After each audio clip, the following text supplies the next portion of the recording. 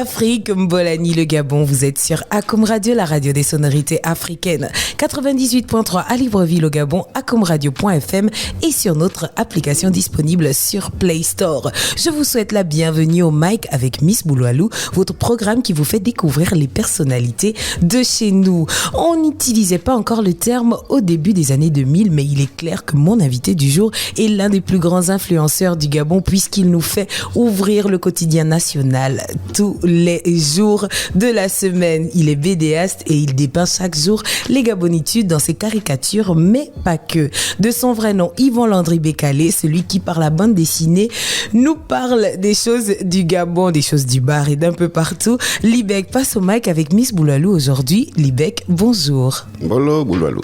Ça va bien? Très bien. C'est un gros plaisir pour nous de t'avoir ici au studio. Je pense que le plaisir est partagé. Oui, c'est un gros plaisir parce que moi, on m'a demandé à quoi ressemble Libek. Pourquoi on ne sait pas à quoi ressemble Libek? C'est une question qu'on m'a toujours posée. Mais je te dirais tout simplement que Libek n'est pas important en tant que tel. L'important sont les Gabonitudes qu'il produit, qu'il réalise. Donc pour moi, je me dis, c'est les Gabonitudes que les gens doivent regarder et non ma personne. Ne vous intéressez pas à l'artiste, intéressez-vous à l'œuvre, c'est ça? C'est exactement ça. Alors, en parlant justement des œuvres, est-ce qu'il y a des nouvelles choses qui arrivent en 2022 et tout? C'est quoi les news de Libek? Les news de Libek sont dans la continuité de mon art. Je produis au quotidien des Gabonitudes et il n'y a que ça auquel les gens doivent s'attendre. Il n'y a pas un livre qui arrive, une expo, quelque chose comme ça? Peut-être, mais je ne dirais pas grand-chose à ce sujet parce qu'il est toujours difficile de prévoir comment les choses doivent se réaliser dans l'avenir. Parce que, pour vous dire, cette année, je boucle 20 ans de Gabonitude. Donc, s'il y a des choses qui doivent se faire à ce sujet, je ne peux pas en dire plus, je ne sais pas encore même moi-même comment ça va se faire. En fait, tu es discret ou tu es cachoutier? Tu es un homme de surprise, c'est ça? Homme de surprise, je ne sais pas ce que c'est. Je suis discret. J'aime vivre dans ma bulle. J'aime pas le m'as-tu vu. Tu n'aimes pas le m'as-tu vu, mais tu es quelqu'un de très observateur et tu le dis un peu partout. Tu dis que tu es un scrutateur de ton temps. Qu'est-ce que ça veut dire? Oui, un scrutateur de mon temps, ça coule de source. J'observe la société et j'observe mes contemporains vivre, j'observe tout ce qui se passe et se fait autour de moi. Donc, à l'image des scribes de l'Égypte antique, je retranscris le quotidien de mes contemporains. C'est l'histoire de mon pays, l'histoire contemporaine de mon pays que je rédige au quotidien. Tu préfères donc être observateur que d'être observé? Oh, ne vous trompez pas, je suis très observé.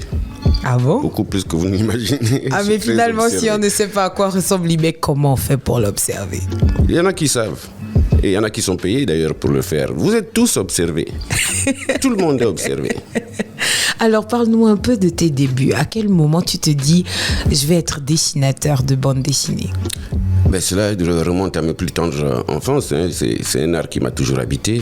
J'ai été nourri de toutes les bandes dessinées qui se faisaient à l'époque et qu'on lisait, que tous les jeunes de ma génération ont lu, comme Hakim, Zembla, Ombrax, Black le Rock, Captain Swing.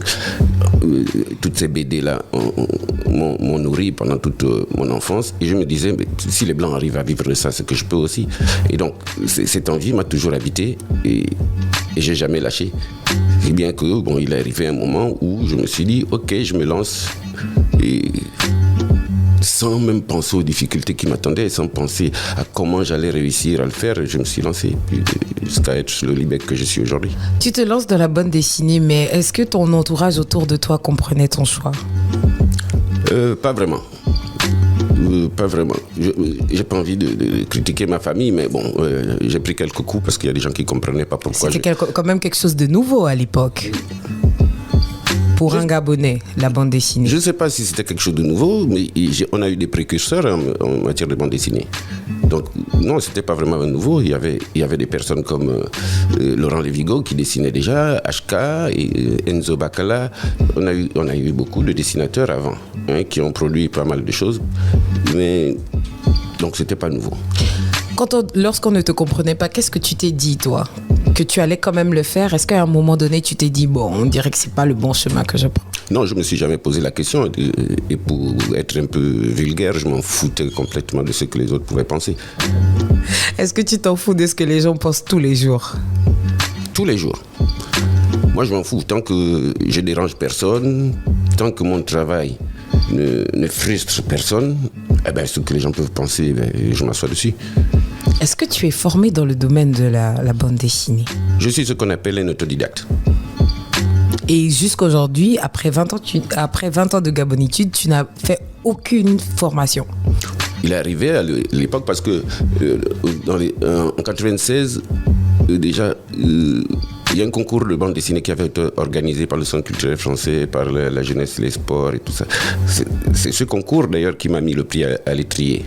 Et donc nous avons mis sur pied une association qui s'appelait BD Boom. Nous sommes retrouvés au sein de cette association pour faire la promotion de la bande dessinée gabonaise.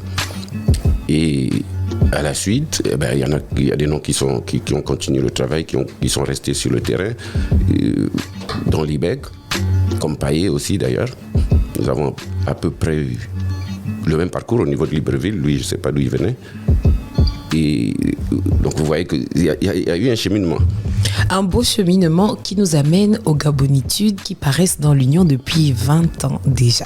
Oui. Comment est-ce que ça a commencé? Est-ce que c'est toi qui as proposé tes planches à l'Union? Est-ce qu'on est venu vers toi pour dire nous on aime bien tes planches? Comment est-ce que l'histoire commence? L'histoire commence avec un journal qui s'appelait Le Réveil, qui était édité par la Sonapresse, bien sûr. Donc, j'ai travaillé pour ce journal où j'avais créé 2 personnages qui s'appelaient Ika et Pepa, et donc qui vivaient des aventures de jeunes filles dans Libreville.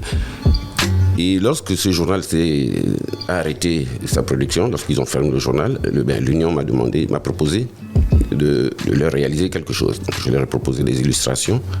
Et ensuite, j'ai fait la proposition des Gabonitudes. Ils ont accepté et c'est comme ça que c'est parti. Et comme ça, c'est parti. Nous avons signé ce contrat qui dure jusqu'à aujourd'hui. Est-ce que tu t'attendais à ce succès-là? Pas vraiment. Moi, j'ai toujours pris du plaisir je suis mon premier lecteur. Je prends plaisir à regarder les dessins que je réalise. Je me suis dit, bon, je crée des Gabonitudes que j'ai proposé à l'Union. Et je me disais, bon, les Gabonitudes vont juste paraître les week-ends et puis les illustrations, parce qu'à l'époque, il y a Laurent Lévigué qui avait encore son personnage Tita Abelsolo qui paraissait à l'Union. Mais le premier week-end des Gabonitudes, je crois que tout le monde a flashé dessus. Et puis c'est parti. Ils m'ont demandé si je pouvais le faire tous les jours. Et j'ai répondu en disant si vous pouvez me payer.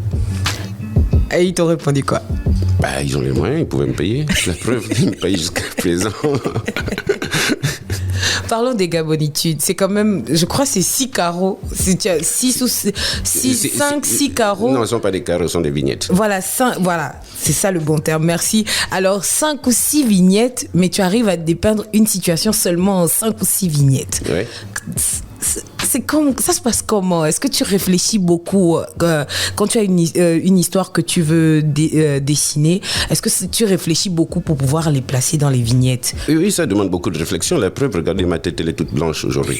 Donc, ça demande beaucoup de réflexion. Comment caser, synthétiser une histoire ou un thème en 6 vignettes? C'est beaucoup de réflexion, c'est beaucoup de travail. Et bon, j'y arrive quand même, parfois pas comme je veux, mais j'ai pas le choix, je dois remplir ces 6 vignettes ou 7 ou 5 vignettes. Déjà 20 ans de Gabonitude, comment tu fais pour ne pas te lasser? Parce que j'adore ça. Simplement. Ah oui, je prends mon pied à dessiner. Est-ce que tu as déjà parlé de la même histoire 2 fois avec les Gabonitudes? Non, par exemple, je peux avoir un thème que je traite et puis après je peux le traiter sous un autre angle. Mais redessiner 2 fois la même histoire, non, c'est impossible. D'ailleurs, je ne fais jamais le même dessin. Je fais jamais le même dessin 2 fois. Et ça fait 20 ans que tu fais ça. C'est quoi ton secret pour tenir aussi longtemps? L'amour de mon travail, aimer ce qu'on fait. J'ai la passion du dessin, donc il n'y a pas un autre secret, c'est ça. J'aime ce que je fais. Donc l'idée que ça passionné. Oui, je suis passionné de mon travail, du dessin. Et surtout, j'arrive à en vivre, à survivre. Pourquoi tu utilises beaucoup le terme survie? Parce qu'on survit dans ce pays à tous les niveaux, on survit. Et pourtant, tu es je connais pas beaucoup de Gabonais qui sont vraiment heureux dans leur vie, dans leur travail. On a toujours l'impression que les gens sont... Enfin, on survit. Impression ou réalité? Réalité, regardez tout ce qui se passe autour de nous. Alors, BD Boom, que devient le collectif alors? Je sais pas. Je crois que... Vous n'êtes plus en contact? Non, pas du tout. Moi, je suis quelqu'un d'assez solitaire. Je suis comme un vieil éléphant. Tu es solitaire? Oui. Est-ce que c'est pas difficile? Je supporte même pas les foules. Waouh! Mais tu arrives à parler de nous sans trop nous côtoyer. Comment est-ce que tu fais? Parce que je me tiens légèrement à distance et puis je vous regarde, je vous observe.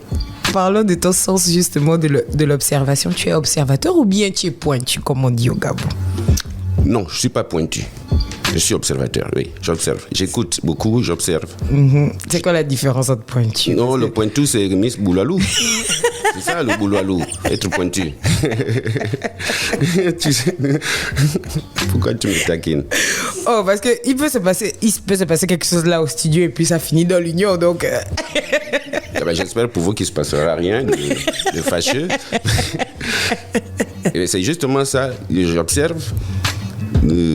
Sans être pointu, sans faire le boulot à loup, parce que les pointus taquinent, moi je taquine pas. J'observe et puis je rends ce que j'ai à rendre en restant justement assez sobre, hein, sans provoquer, sans citer, sans nommer quelqu'un, sans indexer les gens. Alors parlons de ton travail. Combien de temps ça te prend pour faire une planche des Gabonitudes? Oh, ça dépend de mon humeur, ça dépend de ce que je ressens dans l'instant présent. Je peux faire une Gabonitude en 3-4 heures, comme je peux en faire une en 6 heures, parce que le sujet est assez ardu, donc il faut réfléchir. C'est une histoire d'heure. Est-ce que chaque planche se fait la veille de sa parution? Chaque planche se réalise la veille. Donc c'est vraiment des planches que tu fais à chaud en fait? À chaud, oui. Waouh. Sans tenir compte de la ligne éditoriale de l'Union, ni de l'actualité. Hein. Je me laisse inspirer par mon environnement. Et ensuite, je décide de traiter un sujet.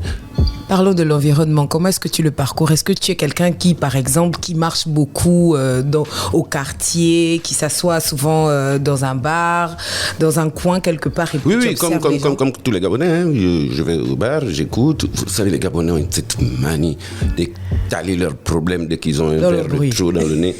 Ils étalent leurs problèmes au vu au-dessus de tout. Il va venir raconter les problèmes qu'il a avec sa fiancée, des problèmes de famille. Les bars au Gabon sont des mines d'informations incroyables. Donc c'est comme ça, je me balade, je m'assois, j'écoute les gens, j'observe. Je regarde la télé, je lis les médias, la presse, et tout m'inspire. Tout t'inspire. Et tu vis de ton art? Je survis de ça, oui. Je suis arrivé. Pas. Donc, je pense que je vais te surnommer Libec le survivor, parce que toi, tu survis. Oui. Simplement. Je tiens beaucoup. Non, moi je me plains pas hein, de ma situation. Je suis pas le plus pauvre des artistes gabonais. Et tu vis de ta passion? Je vis de ma passion, oui. Est-ce que c'est pas ça le bonheur? Je vis ma passion. Est-ce que c'est pas ça le bonheur, vivre de sa passion? Si c'est ça le bonheur, ouais, je vis une forme de bonheur dans cette passion. Parlons de tes planches. Laquelle a eu le plus gros succès selon toi? Je sais pas. Tu ne sais pas? Je sais pas. Tu n'as pas les retours de tes planches? Non. Il y en a tellement, donc je sais pas. Est-ce qu'il n'y a pas une qui a eu le plus de retours? Il y a une dernière planche que j'ai réalisée il y a quelques années qui a emballé les gens. J'ai un petit souvenir de ça. J'ai dessiné des rats qui quittaient un navire.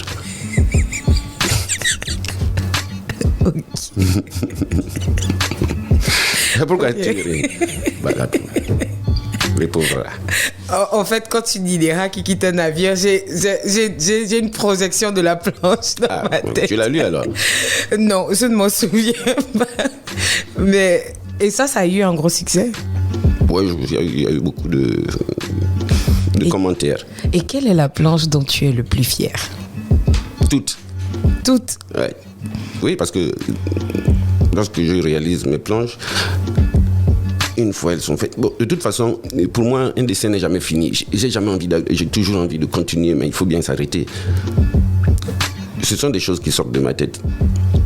En observant les gens, en écoutant les gens, et puis j'arrive à condenser le tout. Donc, je suis fier de toutes mes planches. Je les ai jamais comptées, mais il y en a déjà des milliers. Oui, il y en a des milliers quand même. Au moins 6 par semaine, c'est beaucoup. Hein. Oui. 6 par semaine. On parle de toi qui observe le monde, qui observe le Gabon. Y a-t-il une cause sociale qui te tient à cœur? Moi, une cause sociale. Non. Pas une en particulier? Non, je regarde les gens. Je m'implique dans rien. Tu ne t'impliques dans rien? Non. Ça veut dire que l'IBEC, il est dans sa bulle, dans son côté. Oui, sauf si quelqu'un a besoin de mes services pour faire passer un message par rapport à une situation, quelle qu'elle soit. Toi, personnellement, il n'y a pas une cause qui te tient à cœur? Non, je suis un mercenaire. Vous avez besoin de mes services?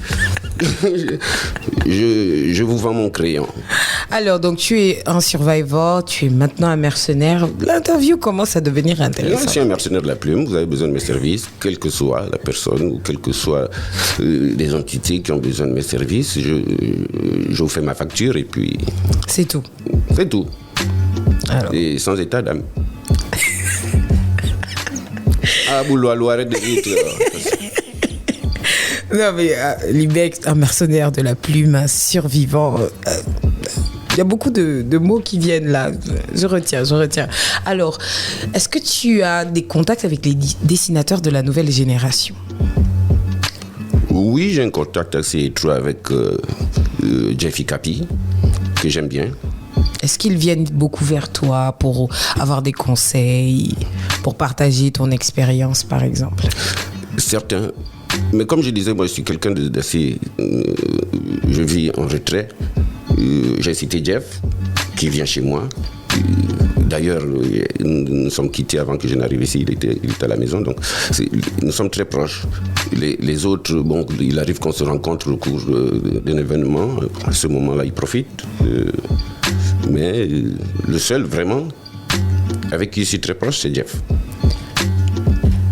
Quelle est ta mission au travers de ta plume? Ma mission? Oui, la mission que tu te donnes avec ta plume lorsque tu dessines. Quel objectif tu as? Chacun de nous sait pourquoi. En fait, beaucoup ne savent même pas pourquoi ils sont sur Terre. Mais moi, je sais pourquoi je suis sur Terre. Mais depuis que j'ai embrassé cette carrière et que j'ai fait de la BD et mon métier, eh bien, je connais ma mission. C'est celle-là, dessiner. J'accomplis ma mission, j'espère aller jusqu'au bout, j'espère mourir même le crayon à la main. C'est ça ma mission. Papa Wemba, il est bien tombé sur scène là. Chacun son truc. Mon épouse me trouvera peut-être un jour affalé sur mon bureau avec le crayon là. N'oublie pas de nous terminer la planche quand même. J'espère bien que cette planche là aura peut-être un grand succès. Parlons de l'IBEC et les réseaux sociaux. L'IBEC est introuvable. Comment ça s'explique? Comment tu es une référence? Tu fais partie des influenceurs du Gabon avec tes planches. Pourquoi tu n'es pas sur les réseaux sociaux? Je n'aime pas les réseaux sociaux. Carrément pas. Oui. Bon, j'utilise Facebook parce qu'on est bien obligé d'être un peu en contact avec les amis, les copains, mais je n'aime pas les réseaux sociaux. Wow. C'est un truc complètement dingue. Je ne comprends pas pourquoi tous les jeunes d'aujourd'hui s'abrutissent avec cette chose. C'est aussi une plateforme d'information et de communication. Si ça ne tenait qu'à ça, oui. D'information, de communication, de recherche, on peut apprendre. Mais j'ai réalisé que tout le monde entre là-dedans pour tout et n'importe quoi. Mais où trouver les archives, par exemple? Nous avons par exemple des jeunes aujourd'hui ou même des enfants qui n'arrivent plus à communiquer avec leurs parents. Tout se passe sur WhatsApp. Papa, j'ai besoin de 10 000. Papa, je suis fauché. Tout se passe sur WhatsApp. Ils n'entendent même plus la voix des amis ou des parents. Tout se passe sur WhatsApp. Donc, est-ce que c'est comme ça que ça se passe avec tes enfants? Certains, oui. Sur WhatsApp? Oui. Seulement? Je réprimande et je ne réponds pas. Toute personne qui me contacte sur WhatsApp, sur Messenger, je ne réponds pas. Donc il faut avoir carrément le numéro du téléphone de l'IBEC. Ouais, si on n'arrive plus à se parler, où est-ce qu'on va? Mais tu ne trouves pas que les réseaux sociaux nous aident à être proches de certaines personnes sans forcément être là physiquement. Tu disais que tu es beaucoup en Mais retrait. Est-ce que ça ne t'arrange pas? Je vois des personnes qui sont assises côte à côte, qui ne se parlent pas, ils ont le nez plongé dans leur téléphone. Proche comment? Tu peux être proche de qui ici en écrivant avec plein de fautes? Tu es proche de qui si tu... Oh, ben, non, on est plus proche de nous en se parlant, pas en s'écrivant. Donc pour toi, les réseaux sociaux tuent notre côté humain? Et bien même. Ça rend tout impersonnel, on ne sait plus qui est qui. Et en plus, avec tous les piratages qu'il y a, quelqu'un t'écrit, tu ne sais même pas si c'est cette personne qui t'écrit. Non, moi je reste loin de tous des réseaux sociaux. Et j'utilise pour communiquer un peu, pour regarder, pour observer aussi, parce que c'est un bon œil de bœuf pour observer la société. Je suis même très voyeur sur les réseaux sociaux, j'observe les gens. Toutes leurs... Mais du coup... Ça m'inspire d'ailleurs beaucoup. Il y a une bonne partie aussi, donc tu vois, tu n'as pas besoin de trop te déplacer pour qu'on t'inspire, parce que tu nous observes toujours de là. Oui, mais n'empêche que je ne reste pas seulement sur les réseaux sociaux. Mais du coup, il faut aller aussi au contact des gens. Si un jeune qui est passionné de dessin fait des recherches sur l'IBEC et il trouve rien, parce que derrière la mission aussi des réseaux sociaux et tout ce qui se passe sur Internet, c'est d'avoir assez d'archives pour s'inspirer, parce que les jeunes ont besoin d'inspiration. Et si on ne trouve pas l'IBEC, s'ils veulent être inspirés, qu'ils se rapprochent des personnes ressources. C'est pas sur Internet qu'on va me trouver, moi, personnellement. Mais est-ce que l'IBEC, on peut l'avoir tous les jours? L'IBEC travaille. Oui, si tu cherches, tu peux m'avoir tous les jours. Donc ça veut dire que si j'appelle l'IBEC là à 15h, l'IBEC, j'ai besoin de te voir, tu vas être ouvert? Et tu viendras. Mais c'est une plateforme. Mais bon, je comprends. Donc tu ne veux pas tuer ton côté humain avec les réseaux sociaux. Donc avec madame, tu n'envoies pas les messages WhatsApp? Non, mon épouse n'est même pas sur les réseaux sociaux. Donc tu es le seul qui est sur les réseaux sociaux? Je regarde, oui, j'en ai besoin pour travailler. Toujours dans le cadre du travail. Est-ce que tu es un verru de travail? Est-ce que tu es quelqu'un qui... Je commence à lever le pied. Un peu? Oui, un peu. Avant, je pouvais travailler toute une nuit jusqu'au matin. Aujourd'hui, je ne veux plus faire ça. Il faut préserver aussi sa santé. Alors, c'est juste pour la santé que tu... Oui, je commence à lever. C'est pas pour le côté social, la famille, non. Toi, c'est juste... Oh, laisse la famille. Qu'est-ce que tu cherches avec la famille? Les familles aujourd'hui sont complètement délabrées. C'est un saccage, un désordre total. Oublie la famille. Moi, j'ai ma famille, j'ai mon épouse, j'ai mes enfants. Ça va, ça suffit. Penses-tu que les réseaux sociaux peuvent tuer l'amour pour la bande dessinée? Tuer l'amour pour la bande dessinée? Non, je vois beaucoup de jeunes dessinateurs qui s'expriment sur les réseaux sociaux. Ils ont trouvé un espace d'expression. On ne va pas le leur enlever. Hein. Tu vois, un pays comme le Gabon où il n'y a pas d'éditeur de BD et tout ça. Donc, Jeff, par exemple, publie ses dessins sur Facebook, sur les réseaux sociaux. Le Paillet publie ses dessins aujourd'hui sur Facebook. Il n'y a plus beaucoup de journaux qui donnent un espace d'expression à ces jeunes dessinateurs. Donc, ils vont tous sur les réseaux sociaux, c'est normal. Et toi, l'IBEC, tu n'as pas besoin d'aller sur les réseaux sociaux. Non, je reste moi. Donc en fait, pour avoir l'IBEC sur les réseaux sociaux, il faut que l'IBEC soit forcé de s'y retrouver, c'est ça? C'est vous qui me mettrez sur les réseaux sociaux après ma mort avec RIP. mais ce jour-là, comment on fait si on n'a pas les planches à dispo? Vous allez les chercher. On ira à l'Union chercher, oui. On va demander les archives. Voilà, c'est ça. Est-ce qu'ils seront ouverts pour ça? Ce sera à vous de voir, hein. Avec eux. Parlons de l'IBEC, le père de famille. Là, je crois qu'on va parler de Yvon Landry, pas de l'IBEC, mais de Yvon Landry. Est-ce que c'est difficile de faire ton travail de dessinateur et d'avoir du temps pour ta famille? Déjà, j'ai mon bureau chez moi à la maison. Donc j'ai ma famille sous les yeux en permanence. C'est pas difficile. Est-ce que tu passes du temps avec eux? Parce que est-ce que ta famille aussi, tu les observes? Je passe beaucoup de temps avec ma famille. Ah, ok. Si je suis pas dehors, si je suis pas avec les autres, si on me voit, c'est parce que je passe beaucoup de temps avec ma famille. Avec ma famille tous les jours, je passe tous mes week-ends avec ma famille. Il paraît que tu es un homme ouvert. J'ai discuté avec quelqu'un et la personne m'a dit non, lui, c'est vraiment un homme très ouvert. Il n'est pas difficile à aborder et tout. Est-ce que c'est vrai? Je suis pas difficile à aborder, c'est vrai. Je donne souvent peut-être l'impression d'être quelqu'un de dur, de pas très abordable, mais c'est faux, c'est juste une impression.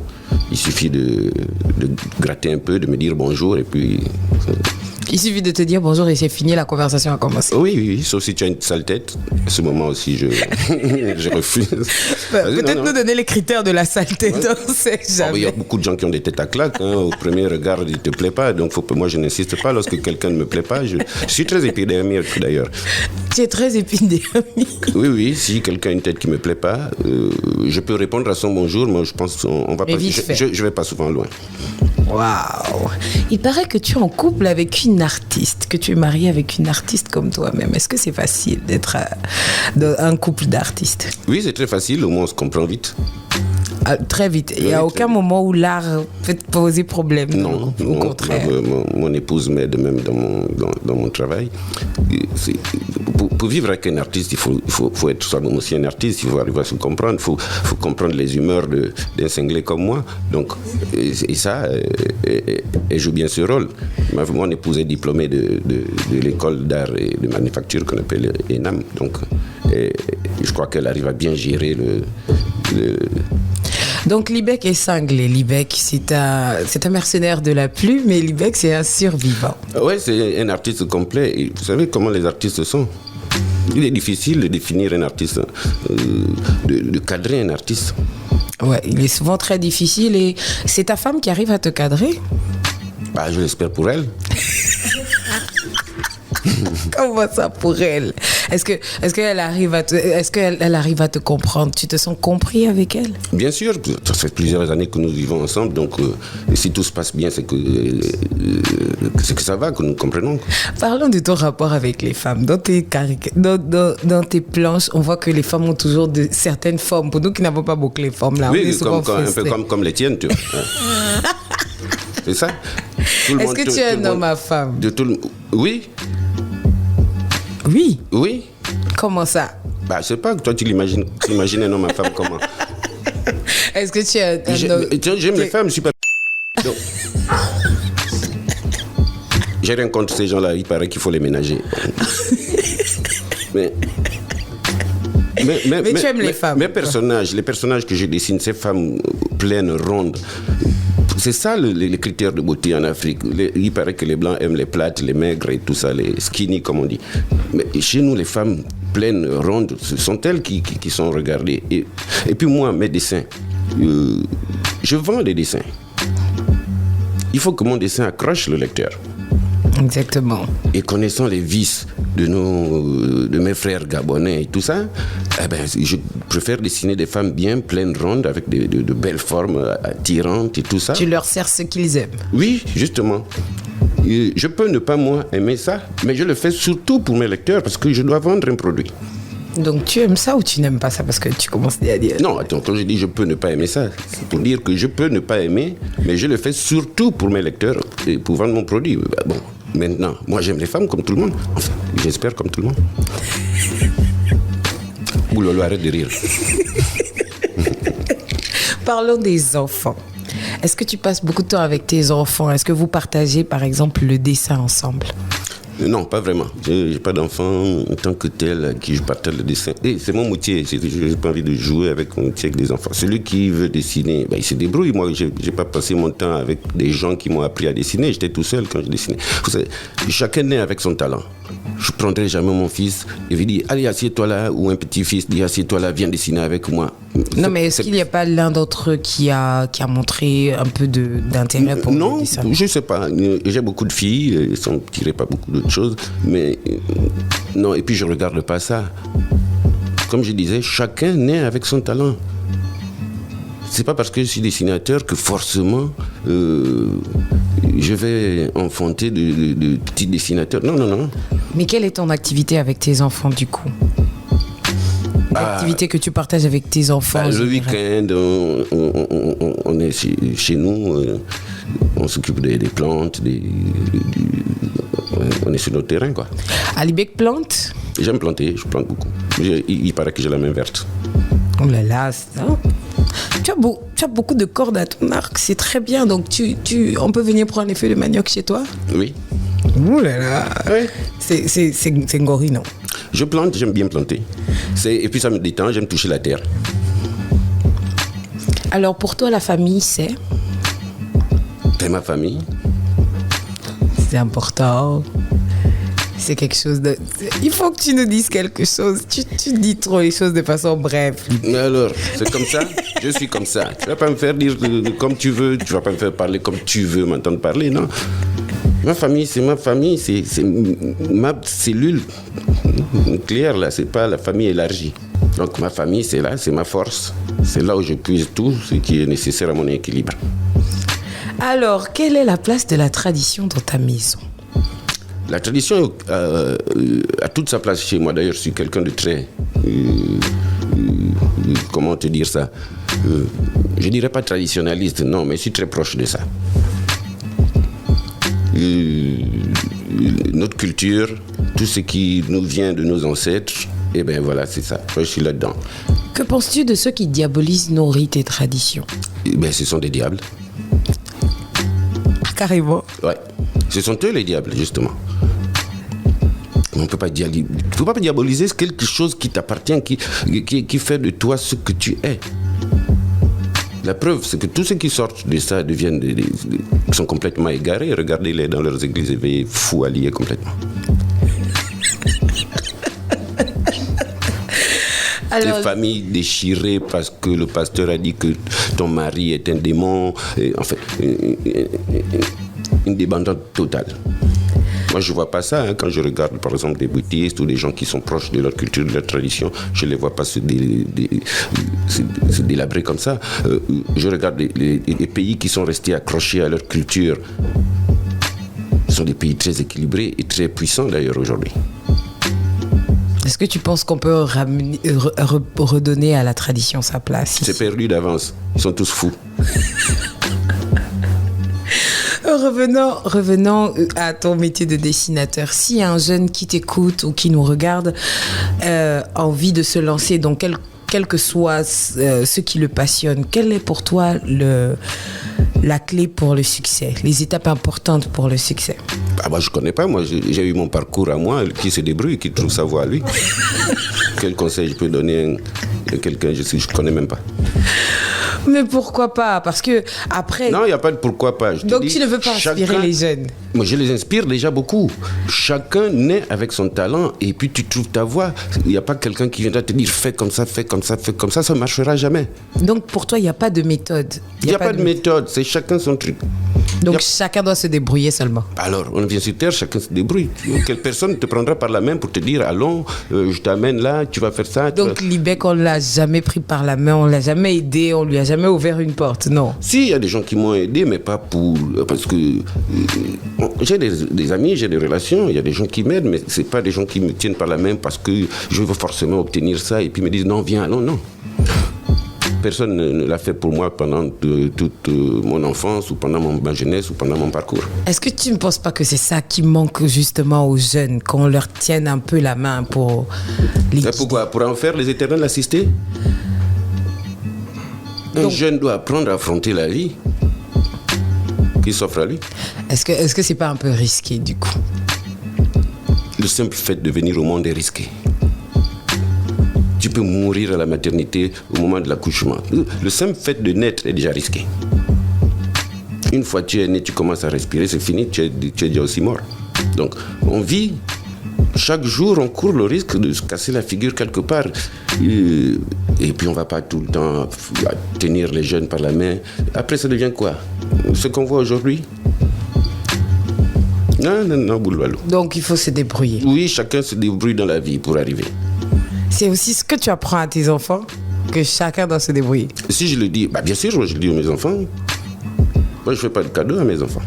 Quels que soient les moyens, est-ce que c'est pas trop risqué d'envoyer quelqu'un se débrouiller comme ça? On donne par exemple des moyens à un enfant ça c'est pour l'école, pour tout ça. Si tu as fini l'école, après on va pas aussi te donner le travail cadeau comme ça là. Il y a beaucoup de cancres qui sont là sans diplôme à qui on a donné des postes et tout ça. Qu'est-ce qu'ils produisent? Rien du tout. Tu as fait comment pour arriver ici à Koum Radio? Ah, très bonne question. C'était dans le bruit, ça. On t'a pris par la main, on t'a dit viens, allez, on t'a installé là, Bouloualou, fais-nous ton Bouloualou, fais-nous ton Bouloualou à la radio et puis non. Je parie que tu as dû mener un combat, tu as dû apprendre, tu as dû chercher, je n'imagine pas le nombre d'endroits où tu as déposé des dossiers, des demandes d'emploi et tout ça. Alors, j'ai pris une phrase quelque part que tu as dite dans un média, dans une interview. Tu as dit, si le peuple pouvait avoir un parti politique, peut-être que je serais dans ce parti-là. Qu'est-ce que ça veut dire? J'ai dit ça où et quand? Tu as dit ça? J'ai lu tes interviews, c'est ça mon boulot à Je devais être sous ce jour-là.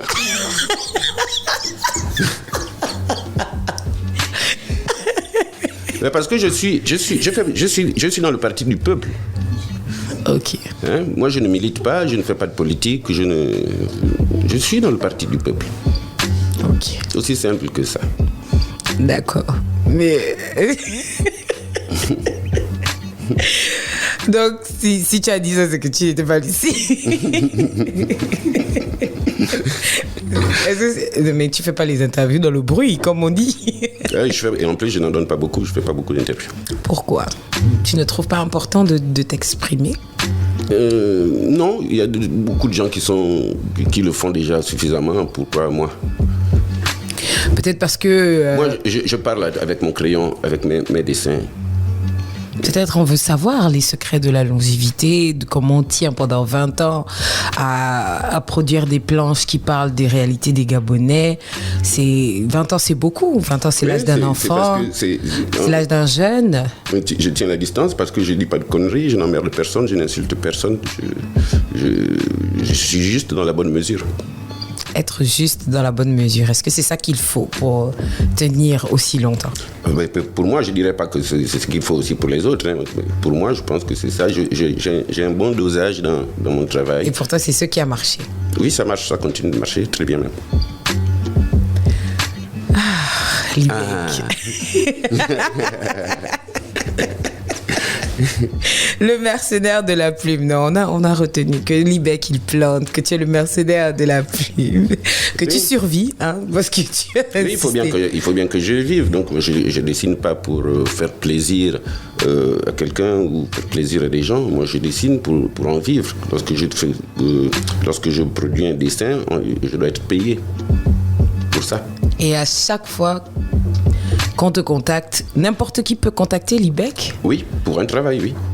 Ça veut dire, si moi, par exemple, je fais la politique, est-ce que je peux contacter Libek? C'est pourquoi j'ai dit je suis un mercenaire. Tu fais de la politique, tu as besoin de mes services, tu veux communiquer à travers mes dessins, je te fais ma facture, il n'y a pas de problème. Si ton opposant a aussi besoin de mes services, il n'y a pas de problème. Je fais le travail, je suis payé. Tout un mercenaire. Donc on va maintenant dire Libek, survivant de la plume. Alors Libek, on arrive bientôt à la fin de notre interview.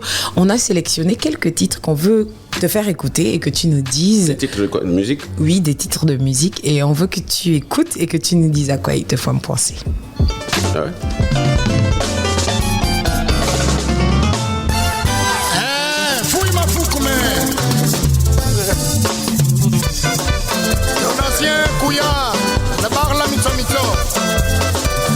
CDI, Arkham City,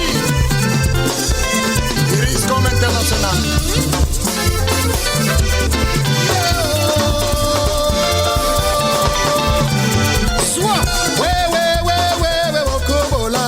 Est-ce que tu reconnais? Kaki Disco, on s'entendait bien.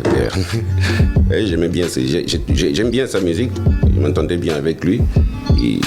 Et d'ailleurs, la dernière fois que j'ai vu Kaki Disco, il me disait qu'il faudra qu'on fasse quelque chose ensemble. Ça, c'est pas fait, il est mort. C'est dommage, on continue avec le prochain titre.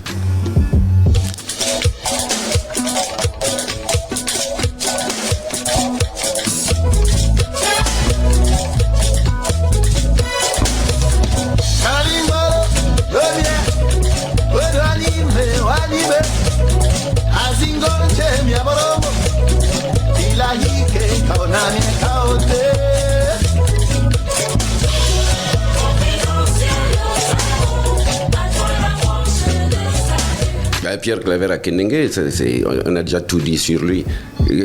Qu'est-ce que je peux ajouter de plus? Ce monsieur, ce grand homme a accompagné, nous a tous bercés de mon enfance jusqu'à aujourd'hui. Il est constant, c'est un grand nom. Je ne sais même pas quoi dire sur Pierre Akenenge. On écoute le dernier titre.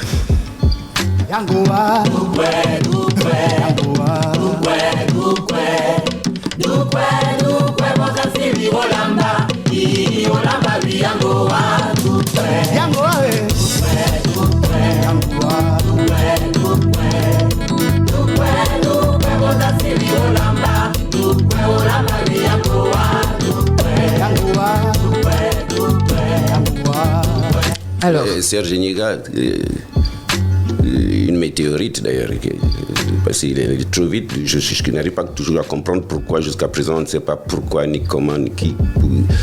On n'arrive toujours pas à connaître les conditions de sa mort, c'est bien triste.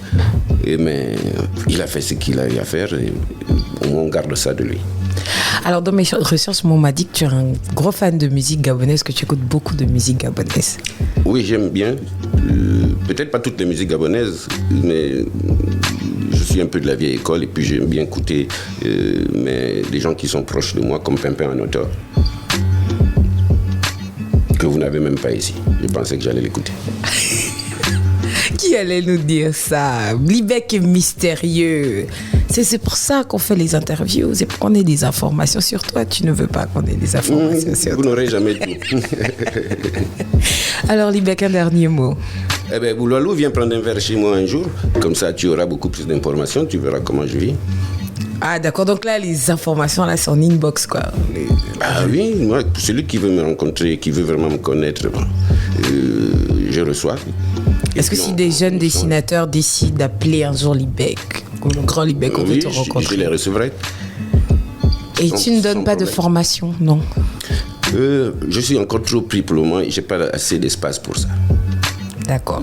Et tu y penses? Oui, j'y pense beaucoup parce qu'il faut bien arriver à transmettre à ceux qui ont ce truc, ceux qui sont réceptifs. Il y en a toujours, il y a beaucoup. Il y a des gens qui me demandent parfois, Libek, est-ce que tu n'animes pas des ateliers de formation parce que j'ai mon enfant qui aime le dessin et tout ça. Je dis toujours, c'est pas le moment parce que je n'ai pas encore l'endroit, j'ai pas l'espace encore pour ça. Mais ça se fera, ça viendra. Alors on va appeler l'école là comment? L'école des mercenaires de la plume. Ouais, pourquoi pas, tiens. Les mercenaires de la plume. C'était le dernier mot de Libek. C'était notre invité au mic avec Miss Boulalou. Merci Libek d'avoir accepté notre invitation. Merci beaucoup. Et on a compris qu'il plante, que c'est un mercenaire de la plume et qu'il survit de la bande dessinée au Gabon. Merci à Libek. Merci à vous de nous avoir écoutés sur les 98.3 Akoum Radio à Libreville au Gabon. Et pour ceux qui veulent nous écouter sur Internet, c'est akoumradio.fm ou encore sur notre application disponible sur Play Store. Moi, je vous donne rendez-vous la prochaine fois pour une prochaine interview avec une personnalité de chez nous. Bisous.